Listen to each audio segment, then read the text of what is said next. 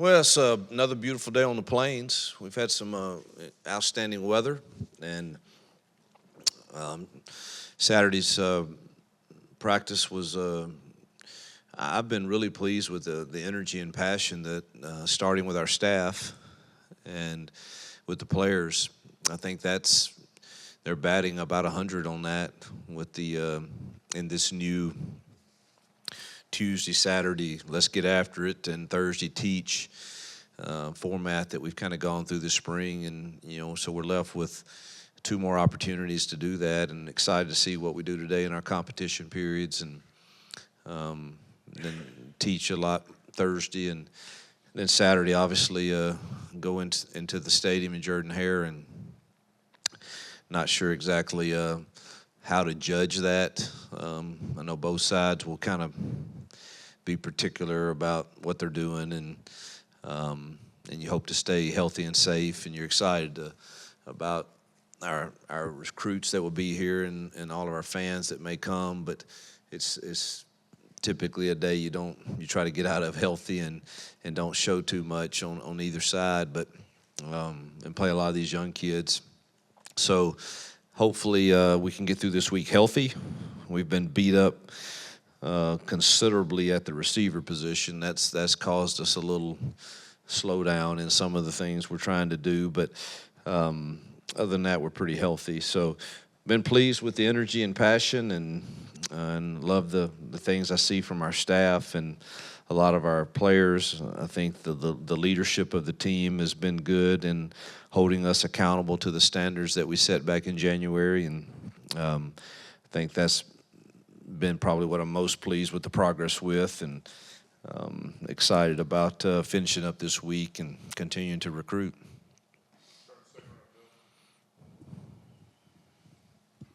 How much one-on-one have you been able to do, and what's the plan for Saturday as far as splitting squads? One-on-one as far as DBs and ones against ones every day, every Tuesday and Saturday.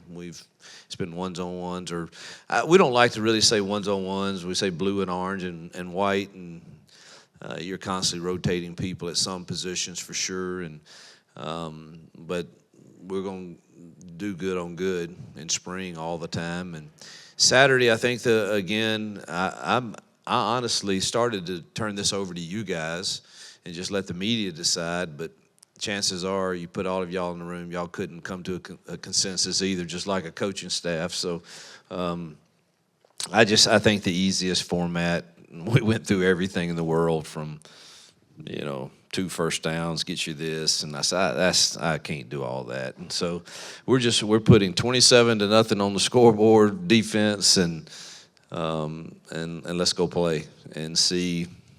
I'll vary the field positions, and see what happens. See if the offense can overtake the defense at 27-0. Obviously, if the defense were to have a pick six or something, they would add to their, or a block field goal for a return, or they would add to that. But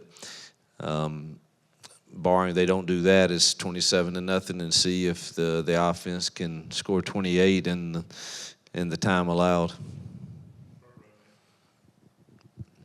Hugh, you mentioned the receiving core. Who are the guys that have been beat up for you? Been without Jay Fair and Caleb Wooten and Camden Brown for the better part of the last 2 weeks. I think I'm missing. And Coy Moore. So all the returning guys that have played some snaps have been out. I think we'll get Jay back this week and Caleb. I don't know about Camden and Coy yet, but I think we'll get those 2 back. You just what have you seen from quarterback-wise through the group now that you've had a chance to have some kind of scrimmage situations? They absolutely have improved from week 1 to now. They're processing the expectations we have pretty well, taking care of the ball much better than week 1 for sure. I think the competition between Hank and Holden and Peyton has been really good. Walker has got an incredible arm strength. Obviously, is a freshman and swimming a bit with a lot of the things that he's seeing from the defense. There's a lot of different looks that our defense gives, but excited about what he can be also. But like the competition that we're seeing there.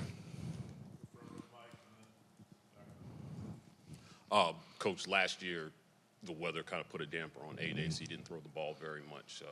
Kind of run-pass ratio you're expecting on Saturday, and are you guys going to be using a running clock this year, or are you going to play? Yeah, I think it's 4 10-minute clocks, and we'll see how that goes with the TV time and how the game's going. I'm sure we'll stop it some, but I think it's probably going to be 4 10-minute and stop at maybe the last 2 minutes of each quarter, and play it like normal from there.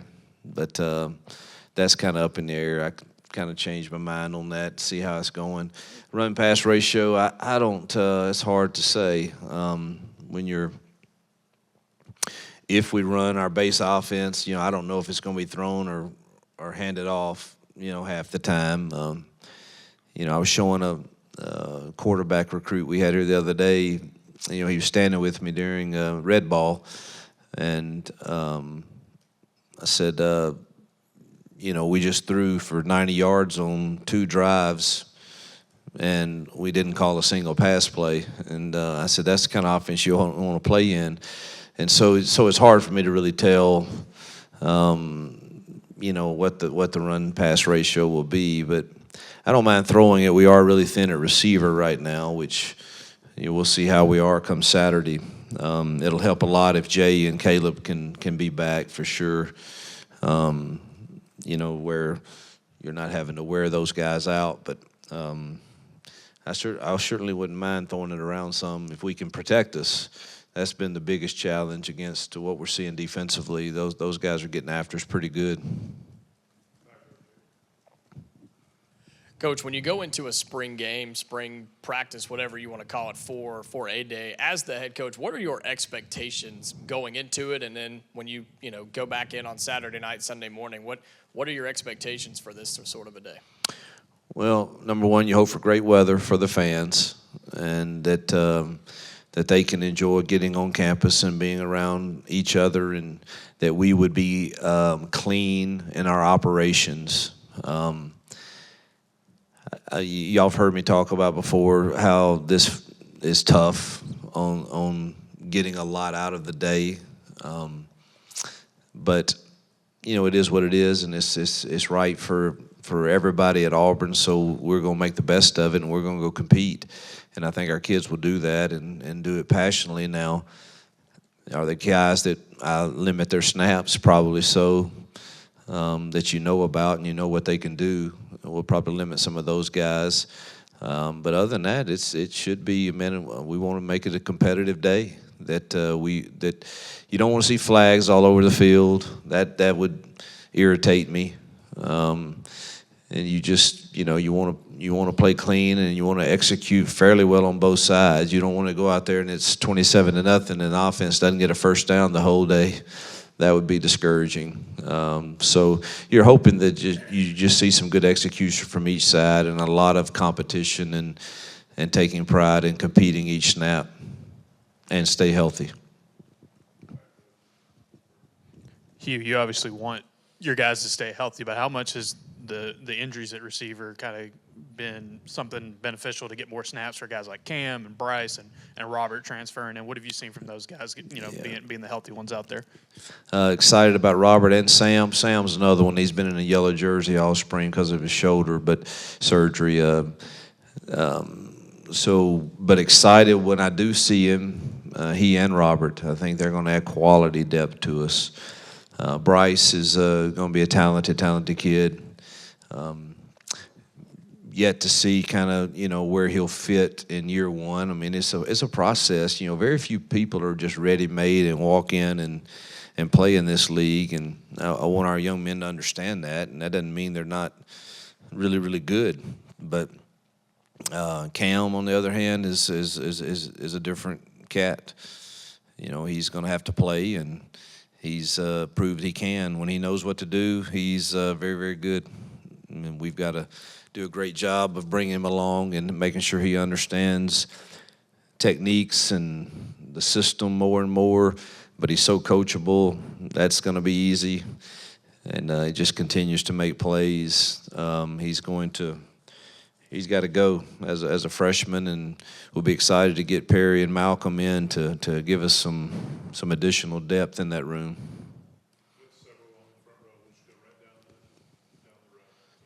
Hugh, you mentioned that defensive line doing a good job here in spring. What have sort of been the individual parts of that you've been pleased with? Because that was a group, obviously, that lost Marcus and lost Justin. Yeah, we miss Marcus and Justin for sure.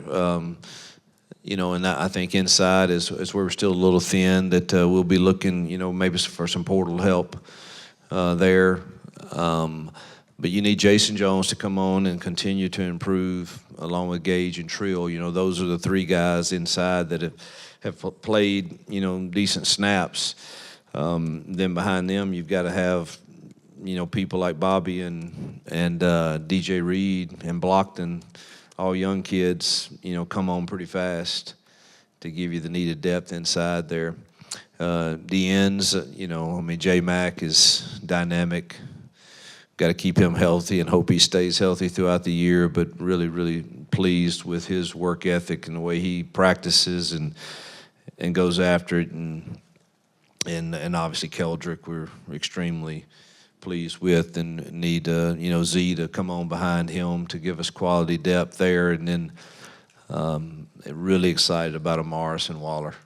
I mean, those freshmen are going to be, they're really talented, and probably going to have to play significant snaps, in year one. TJ Lindsey's another one that I think's got a huge ceiling.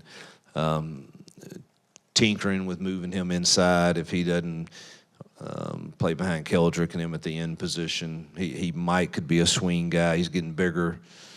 Just not sure there yet, but excited. Love his work ethic. I think he's twitchy and going to have he's going to be a really good player. Hugh, Saturday specifically, what are some things you liked and didn't like from Saturday's scrimmage? And then also, you've sort of talked about not quite knowing if it's good. Does that mean it's bad? Yeah. Do you feel like you have a better understanding of this team to know if it's good, that it's good or bad on the other I side? thought the Tuesday, we had competition Tuesday and offense dominated Tuesday. And defense did not like that at all. I thought they responded well Saturday, dominated the move the ball portion.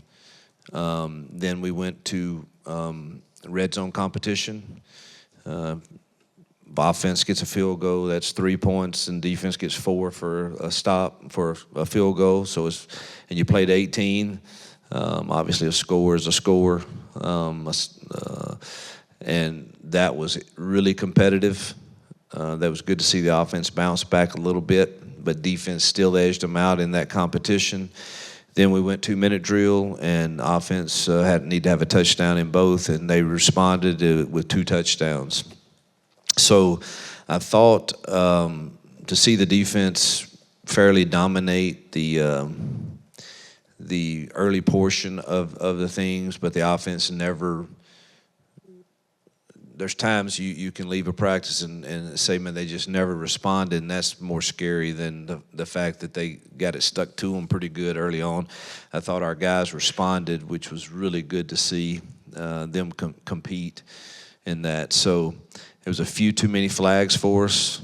We were really handsy in the defensive, and then we got called for quite a few holds that really.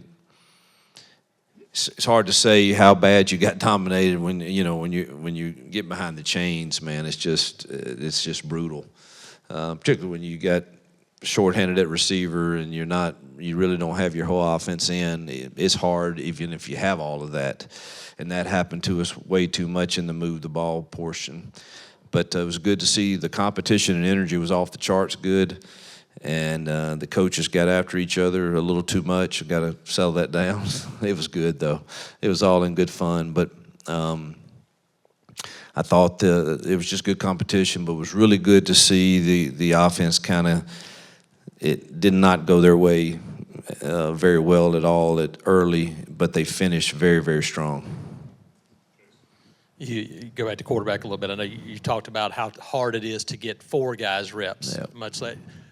What are you looking for to maybe start to separate in terms of at least a pecking order to kind of give you an idea of heading into August? And what do you need to see from the? I'm sure Peyton's experience has him. In Yeah, there. What do you need to Peyton's see going to from the be other in guys? it. It's going to, it's going to be hard to say. I mean, as excited as we are about Walker, the other three are getting the majority of the reps probably come fall camp. But I'm really excited about Walker too. So we'll see. It's going to be hard to get four. We've done a good job getting them a bunch of reps in spring. It's probably hurt Peyton some because he hadn't gotten as many as. But we feel like he'll be fine come fall camp. But we really need to solidify who's really competing for the starting job, thus being the backup, with whichever way that goes by fall camp, and probably have to do that a week into fall camp, no more. Coach, will you do mostly ones and twos in the A-Day game, or will you mix it up a little bit? We're going to play, and on the headsets I'll say, hey, this is the orange group going out here, majority, blue group, white group, but I don't really get into the. I mean, I don't want to. You don't want Jeremiah Wright going against a 210-pound walk-on. So, but if it's somebody that they're expecting to get some snaps, I don't care who they play in those groups. They're going to rotate them anyway when you're in a scrimmage situation. As soon as there's a dead ball, here comes some more defensive guys. So, I don't know that it's that matters so much defensively. They're going to play who they play. Offensively, it does a little bit more because you don't rotate offensive linemen. We'll rotate some receivers, but everybody else is pretty. Receivers and tight ends may rotate, but you're going to play one or two backs, but the line is the one that really is most significant for.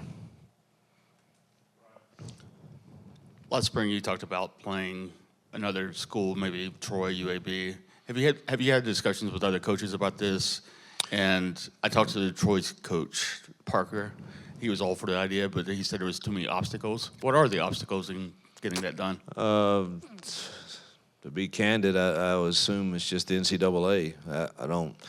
It's just gotten no traction, and this is not the first year I've said something like that. But I don't know, and I'm sure there's some coaches that are not for it too, I guess. But when we're in coaches meetings, I don't. When I bring that up, there's nobody that really pushes back. But I don't guess we really know how to. I don't know how you convince. Whoever the powers would be to let us, hey, scrimmage Troy or South Alabama or UAB or whoever else, and maybe I'm just in the minority, and it's just, but I still think it's a good idea from my perspective, and you're only playing 11 of your guys at one time, and you truthfully probably could get more out of the day, and I think people would enjoy it more, and I also think there's an element of college football could give back to the state it's in. Obviously Jill and I, our heart is for orphan care and foster care systems, and that's where we've always spent our charitable time, and that's kind of what my hope was when I first said this way back when I was at Ole Miss, but I just don't. It just has picked up zero traction, so I'm not optimistic that that's coming anytime soon. Coach, just seeking a little clarification on your quarterback situation. You said going into spring camp that it was Peyton's job to lose. Given what you've seen so far, have the other guys caught up? And if they haven't, what can they do on Saturday to make that jump going into? Yeah, no, Peyton will still be in the lead pole position come fall camp right now, based on what we've seen this spring. But I do think that the gap's not very far. From him and Hank and Holden, and again, that doesn't mean Walker's not doing well. He's learning, but he's really talented. But going into fall camp is still Peyton will be in that number one spot.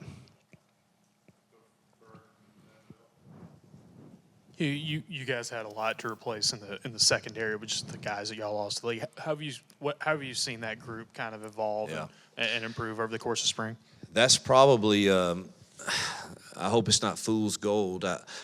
I mean, we obviously lost a lot back there, but I've been really excited about the progress we're seeing back there from those young guys. I think Charles, Kelly, and Crime Dog have done a nice job with them, and you got a great leader in Keontae.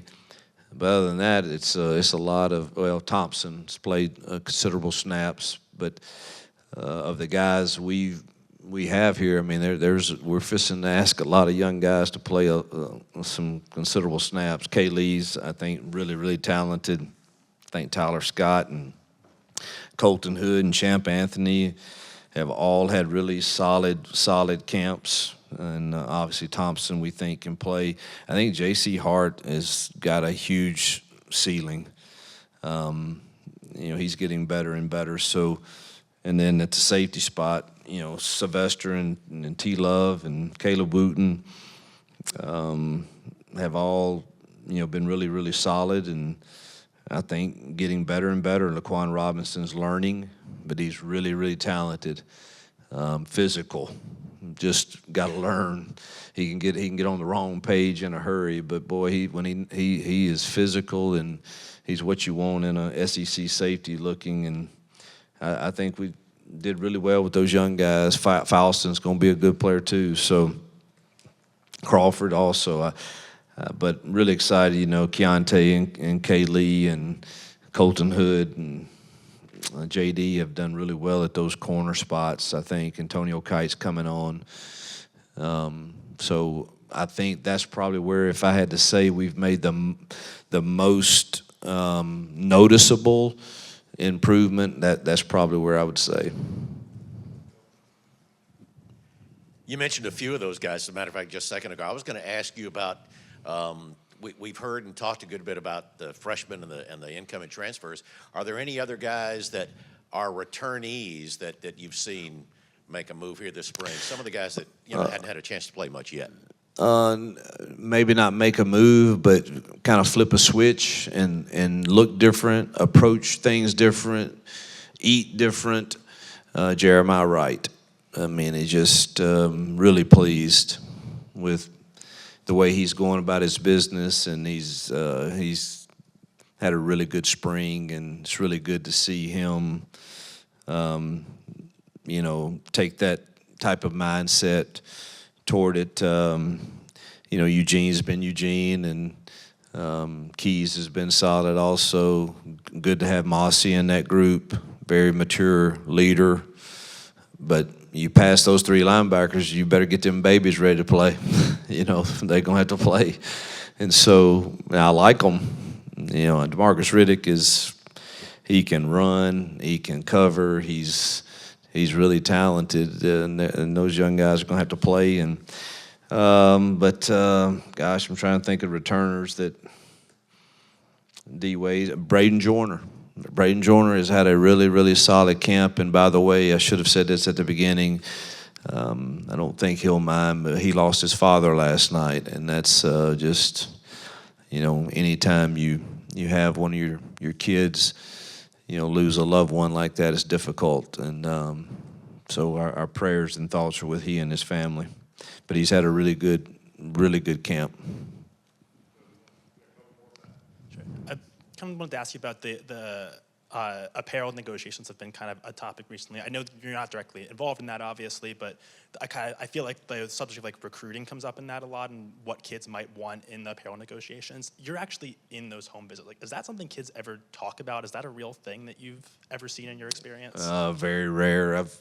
I've been at a bunch of different schools and have had, I've been a part of 3 different apparel companies, and I don't ever recall feeling like that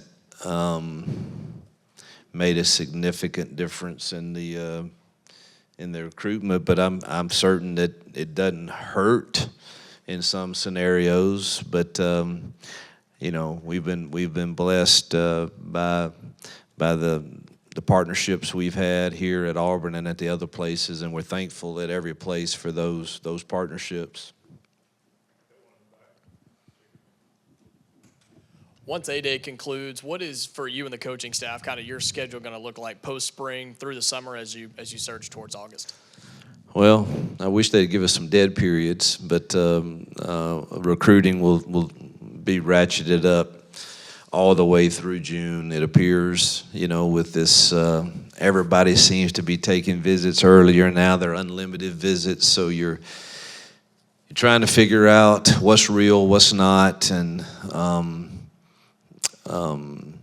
as far as our players here, they'll have a discretionary week and then have a couple more weeks with Dom and us. We'll take a couple hours just to continue to do individual instruction, but then our assistants go on the road again, and now you can have contact on the road, and they're still going to be coming to campus, I'm sure, too, and hopefully somewhere in there you find a few days a week to play golf, at least in the afternoon, and get your mind away from it a little bit. But it's, May's obviously discretionary for our kids here. There'll be some that work out, but we kind of let them have, that's their month to kind of get away from it also. I'll do some traveling for Collective, I'm sure, and different Auburn groups, but we'll do all our evaluations with our players and end of the year meetings, and guess what? Another portal opens. So there's no, it's really business as usual, other than you just not having practice, but everything else is going to be full go, and who knows what comes with a portal opening.